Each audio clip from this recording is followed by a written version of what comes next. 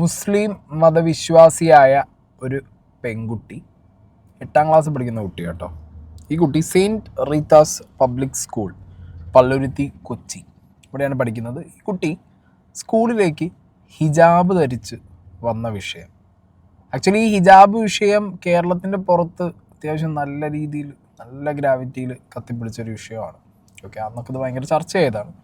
2-3 വർഷങ്ങൾക്ക് മുമ്പ് എൻ്റെ ഓർമ്മ ശരിയാണെങ്കിൽ വയനാട് ഒരു സ്കൂളിൽ ഇതേപോലെ പ്രിൻസിപ്പൽ ഹിജാബ് ഇട്ട് വന്നൊരു കുട്ടിയുടെ വിഷയത്തിൽ കുറേ കോൺട്രവേഴ്സി ഉണ്ടാക്കിയതൊക്കെ ഞാൻ തന്നെ വീഡിയോ ചെയ്തൊരു ഓർമ്മ എനിക്കുണ്ട്.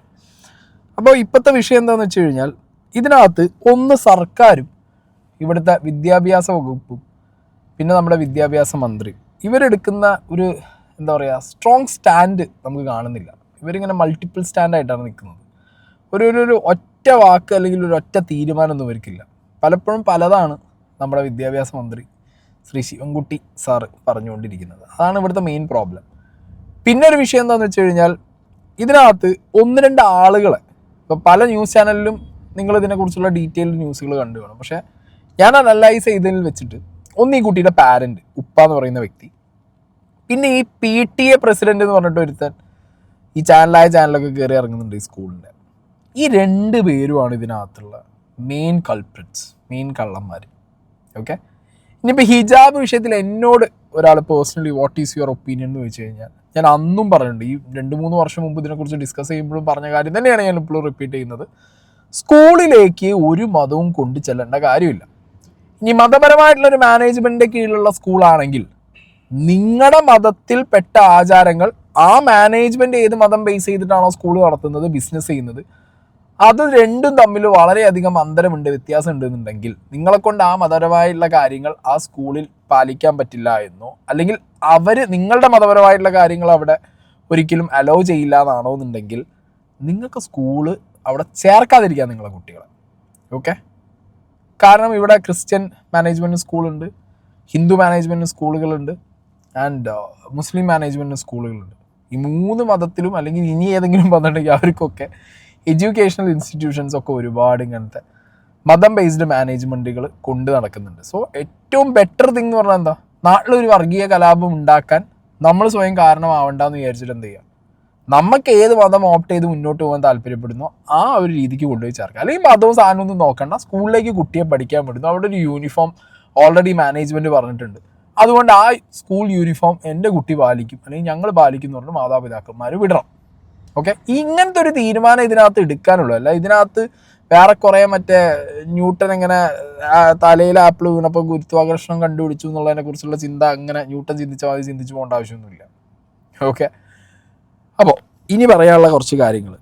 ഈ കുട്ടി സെയിൻറ്റ് റീറ്റാസ് പബ്ലിക് സ്കൂളിൽ ഈ ഹിജാബ് ധരിച്ച് വന്ന കുട്ടി 4 മാസം മുമ്പാണ് ആ സ്കൂളിൽ ജോയിൻ ചെയ്തത്. ഓക്കെ, ന്യൂ ടു ദാറ്റ് സ്കൂളാണ്. ആ സ്കൂളിൽ മുസ്ലിം മതവിഭാഗത്തിൽപ്പെട്ട ഒരുപാട് കുട്ടികൾ പഠിക്കുന്നൊരു സ്കൂളാണെന്നുള്ളത് അവിടുത്തെ മാനേജ്മെൻറ്റ് ടീച്ചേഴ്സും പറഞ്ഞതായിട്ട് നമ്മൾ കണ്ടു. അവർക്ക് ആർക്കും ഈ രീതിയിൽ ഒരു ഹിജാബിൻ്റെ ഇഷ്യൂ ഇല്ല എന്നും അവർ പറയുന്നുണ്ട്. ഈ വന്ന കുട്ടിക്ക് ഇങ്ങനൊരു പ്രോബ്ലം ഉണ്ടെങ്കിൽ ഇത് സ്കൂളുകാർ ഓൾറെഡി ഈ കുട്ടിയുടെ പാരൻസിനെ അറിയിച്ചിട്ടുണ്ടായിരുന്നു അഡ്മിഷൻ എടുക്കുന്ന സമയത്ത്. ഓക്കെ, ഗവൺമെൻറ് സ്കൂളല്ല, സോ അതുകൊണ്ട് തന്നെ മാനേജ്മെൻറ്റിൻ്റെ ഭാഗത്തു നിന്നുള്ള ടേംസ് ആൻഡ് കണ്ടീഷൻസ് പറഞ്ഞിട്ടുണ്ടായിരുന്നു എന്നുള്ളൊരു ചോദ്യം ഉണ്ടാവും. ഓക്കെ, ഇനിയിപ്പോൾ അത് പറഞ്ഞിട്ടില്ലെങ്കിൽ ഇത് ഒറ്റയടിക്ക് ഈ കുട്ടിയെ ഫസ്റ്റ് ദിവസം പുറത്താക്കിയൊരു കഥയായിട്ടല്ല എനിക്ക് ഫീൽ ചെയ്യുന്നത്. ഓക്കെ, മൾട്ടിപ്പിൾ ടൈംസ് ഈ കുട്ടി സ്കൂളിലേക്ക് ഇതേപോലെ തലമറച്ച് ഹിജാബ് ഇട്ട് വന്ന സമയത്ത് അവിടെ നിന്ന് മാനേജ്മെൻറ്റ് ഓൾറെഡി സ്കൂളിലെ ഹെഡ് മിസ്ട്രസ്സും ക്ലാസ് ടീച്ചറും അടക്കമുള്ള ആളുകൾ കുട്ടിയെയും പാരൻസിനെയും ഇൻഫോം ചെയ്തിട്ടുണ്ട്. 1-2 വട്ടം ഇൻഫോം ചെയ്തതിന് ശേഷവും വീണ്ടും ഈ കുട്ടി തലമറച്ച് സ്കൂളിലേക്ക് വരുന്നൊരു ഇൻസിഡൻറ്റ് ഉണ്ടായപ്പോഴാണ് അതിനകത്ത് കുറച്ച് ആളുകൾ കയറി ഇടപെട്ടത്. ഓക്കെ, അപ്പോൾ ആദ്യം നമുക്ക് ആ ഹെഡ് മിസ്ട്രസ് പറയുന്ന ഒരു ക്ലിപ്പ് ഞാനിവിടെ പ്ലേ ചെയ്യാം. 7-ാം തീയതി ഓൺവേർഡ്സ് ആണ്, ഒക്ടോബർ 7-നാണ് ഈ ഒരു പ്രശ്നം നമ്മൾ അഭിമുഖീകരിക്കുന്നത്.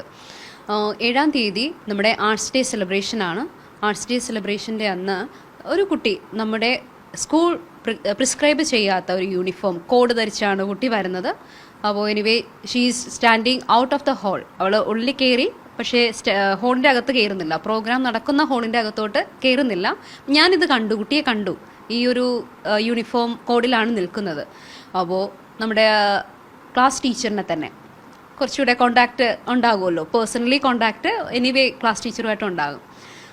ഒന്ന് വിട്ടു, എന്താ സംസാരിക്കണം, നമ്മൾ ആദ്യമായിട്ട് കാണുകയാണല്ലോ, ഇങ്ങനെ ഒരു കോഡ് നേരത്തെ കണ്ടിട്ടില്ലല്ലോ, 4 മാസമായി കുട്ടി ഇവിടെ പഠിക്കാൻ തുടങ്ങിയിട്ട് പെട്ടെന്നും ഒരു സുപ്രഭാതത്തിൽ ഇങ്ങനെ വരുന്നത് എന്താണെന്ന് മിസ് ഒന്ന് ചോദിക്കുമെന്ന് പറഞ്ഞു.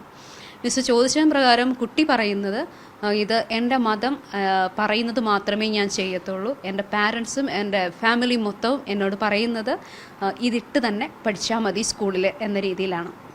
ഓക്കെ, ആ ഒരു 5 to 7 മിനിറ്റിൽ കുട്ടി അവിടെ നിൽക്കുകയാണ്, സംസാരിക്കുകയാണ്. ഈ ടൈം കൊണ്ട് ക്ലാസ് ടീച്ചർ തന്നെ നമ്മുടെ പാരൻസിനെ വിളിക്കുന്നുണ്ട്, ഒന്ന് വരണമെന്ന് പറഞ്ഞുകൊണ്ട് പാരൻസിന് കോള് പോകുന്നു. പാരൻസ് വരുന്നു. കുട്ടി നമ്മുടെ ഹാളിൽ തന്നെ പ്രോഗ്രാം 8ാം ക്ലാസ്സിലാണ്.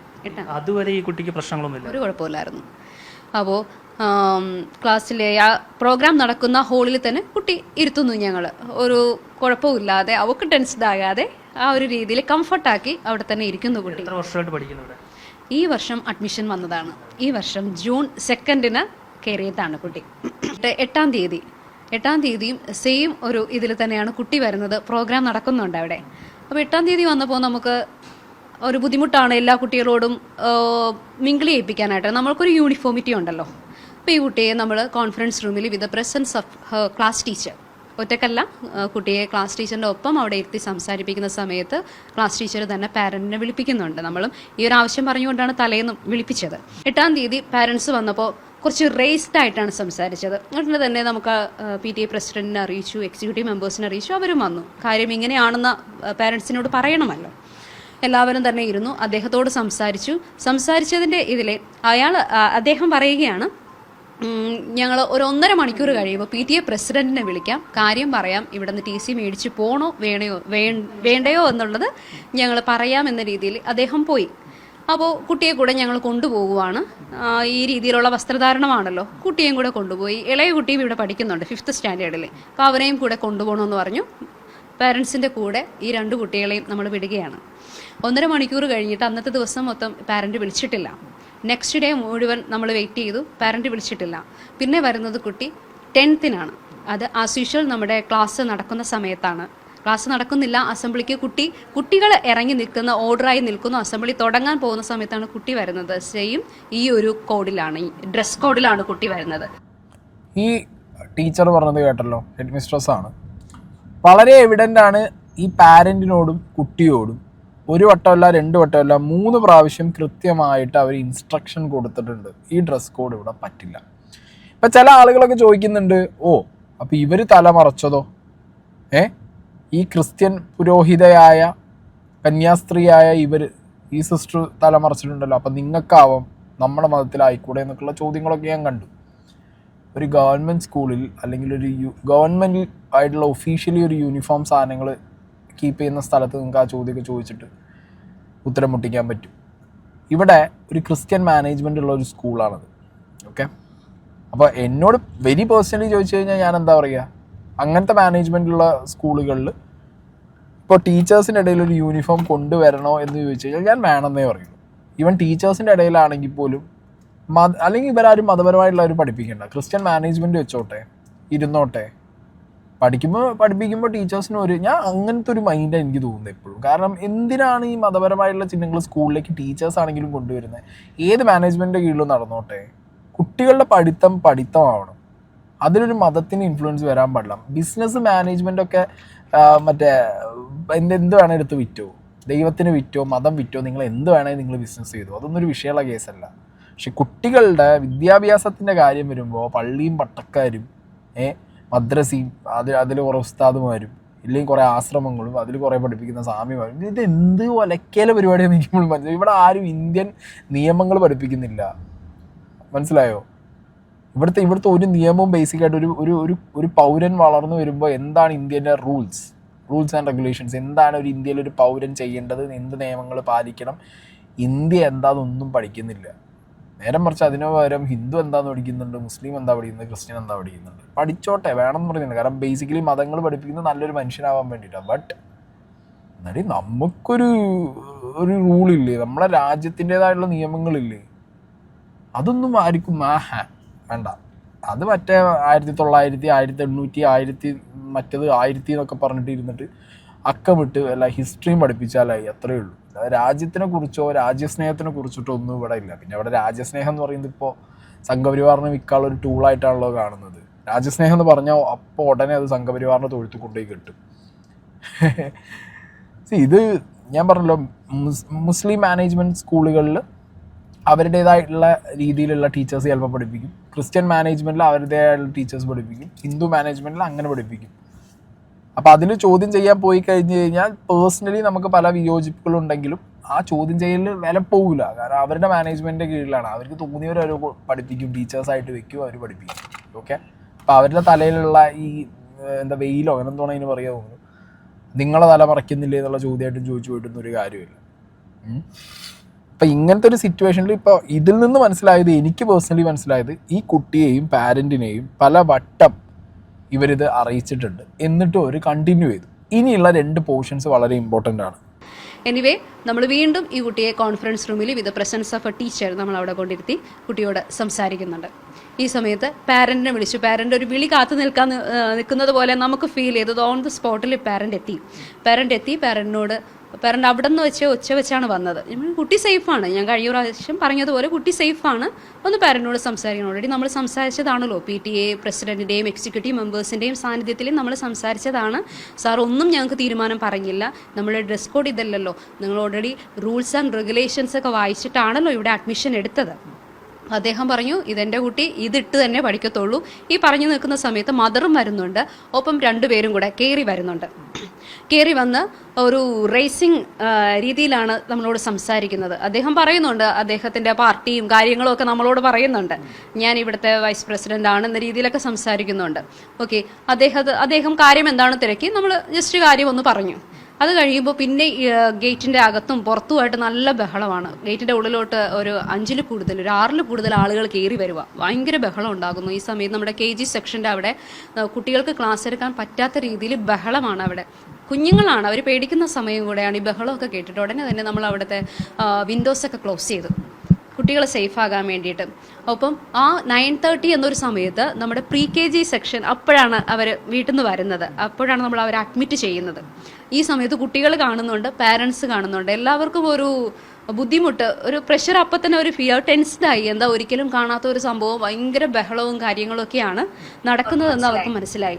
ഓക്കെ, അപ്പോൾ ഈ പ്രിൻസിപ്പൾ പറഞ്ഞു വെച്ച് നോക്കുമ്പോൾ അവിടെ ഒരു സിറ്റുവേഷൻ ഉണ്ടാക്കാൻ മനഃപൂർവ്വം ഈ പെൺകുട്ടിയുടെ ഉപ്പ ആൾക്കാരെയും കൂട്ടി വന്നു എന്നുള്ളതാണ്. ഈ വന്ന ആൾക്കാരെ SDPA ആവാം, സുഡാപ്പികളാവാം, വേറെ എന്തും ആവാം, അതൊന്നും നമ്മളെ സംബന്ധിക്കുന്ന വിഷയമല്ല. ഒരു നാട്ടിലൊരു പ്രശ്നം നടക്കുമ്പോൾ മതപരമായിട്ടുള്ള പ്രശ്നമാണ് എന്നുണ്ടെന്നുണ്ടെങ്കിൽ അതിനകത്ത് മുതലെടുപ്പിൻ്റെ ഭാഗമായിട്ട് മതപരമായിട്ട് മതം വിറ്റ് നടക്കുന്ന കുറേ പാർട്ടിക്കാരുണ്ടാവുമല്ലോ. മതത്തിന് വേണ്ടി പ്രവർത്തിക്കുന്നത് പുരോഹിതന്മാർ മാത്രമല്ല, ഇപ്പോൾ പാർട്ടിക്കാരും കൂടി ആയതുകൊണ്ട് അങ്ങനെ ബന്ധപ്പെട്ട് ഇപ്പോൾ ഹിന്ദുക്കൾക്ക് എന്തെങ്കിലും പ്രശ്നം ഉണ്ടായി കഴിഞ്ഞാൽ ഹിന്ദു മഹാസഭ, RSS, BJP എന്ന് പറഞ്ഞാൽ കുറേ എണ്ണങ്ങൾ ഇറങ്ങും. ഇപ്പോൾ ക്രിസ്ത്യൻസിനാണെങ്കിൽ കഴിഞ്ഞാൽ കാസ, ഗീസ അങ്ങനെ കുറേ സാധനങ്ങൾ ഇറങ്ങും. മുസ്ലിംസിനാണെങ്കിൽ SDPA, BDF അങ്ങനെ കുറേ സുഡാപ്പി ടീമുകൾ വേറെ ഇറങ്ങും. ഇതെല്ലാ നാട്ടിലുള്ളതാണ്, ഇല്ലയെന്ന് ഞാൻ പറയുന്നില്ല. പക്ഷേ ഇവിടെ ഒരു സിറ്റുവേഷൻ ക്രിയേറ്റ് ചെയ്യാൻ ഈ കുട്ടിയുടെ ഉപ്പ റെഡി ആയിരുന്നു. ഓക്കെ, ഒറ്റ കോള്, അതിന് മുകളിൽ തന്നെ ഈ പെൺകുട്ടിയുടെ ഉപ്പ ആളെയും കൂട്ടി വന്നു എന്നുള്ളതാണ് ഇവിടെ പ്രിൻസിപ്പൾ പറയുന്നത്. ഈ വന്ന വരവ് എന്താണെങ്കിലും ഞാൻ നോക്കുമ്പോൾ സോഷ്യൽ മീഡിയയിൽ അധികം എവിടെയും ഈ വീഡിയോ ഒന്നും വന്നിട്ടില്ല. പക്ഷെ ഞാനിവിടെ ആ വീഡിയോ പ്ലേ ചെയ്യാം. ഈ കുട്ടിയുടെ ഉപ്പയും ഒപ്പം വന്ന ആൾക്കാരും സ്കൂളിനകത്ത് കയറിയിട്ട് എടുത്ത വിഷ്വൽസ് ആണ് നിങ്ങൾ ഈ കാണാൻ പോണത്. എന്താണ് സംഭവിച്ചത് ഇവിടെ സ്കൂളിൽ, എന്താണ് സംഭവിച്ചതെന്ന് പറഞ്ഞു. ഈ ഷോൾ ഇടാൻ, അതായത് ഈ തലയിൽ ഇട്ടിരിക്കുന്ന ഇത് ഇടാനായിട്ട് സമ്മതിക്കണല്ലോ. എന്താണ് അവര് പറയുന്ന റീസൺ? ഞാൻ ഒരു മിനിറ്റ്, കുഴപ്പമില്ല, നമ്മൾ സംസാരിച്ചു. ഒരു മിനിറ്റ്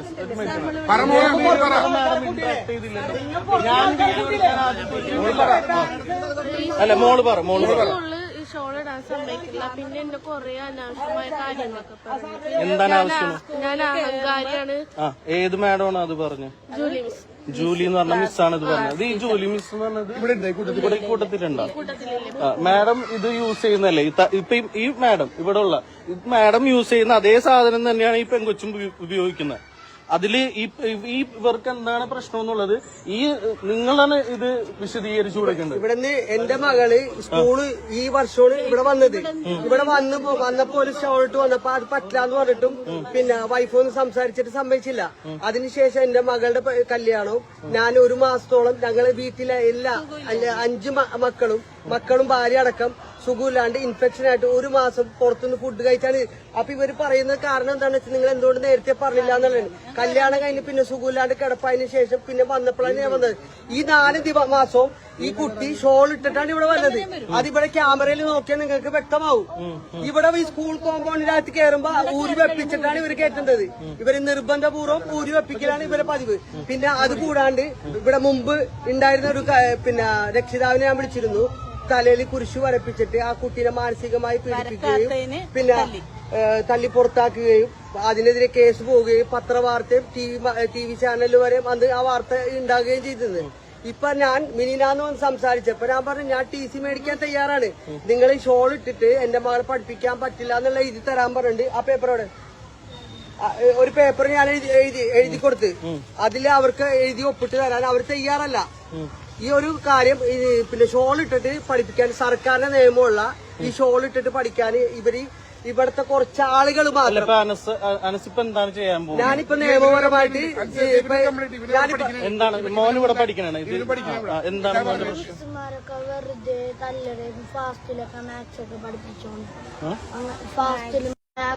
നിരുപാധികം എന്റെ അടുത്തും മാപ്പ് പറഞ്ഞ് കുട്ടികളുടെ അടുത്തും മാപ്പ് പറഞ്ഞെന്നും പറഞ്ഞിട്ടുള്ള വോയിസ് റെക്കോർഡും എന്റെ കയ്യിലുണ്ട്. അതുകൂടാണ്ട് നിങ്ങളുടെ TC ഞാനിവിടെ അടിച്ചു വെച്ചിട്ടുണ്ട് വന്ന് മേടിച്ചോളാനാ പറഞ്ഞത്. അതിന്റെ ഫോൺ റെക്കോർഡും എന്റെ കയ്യിലുണ്ട്.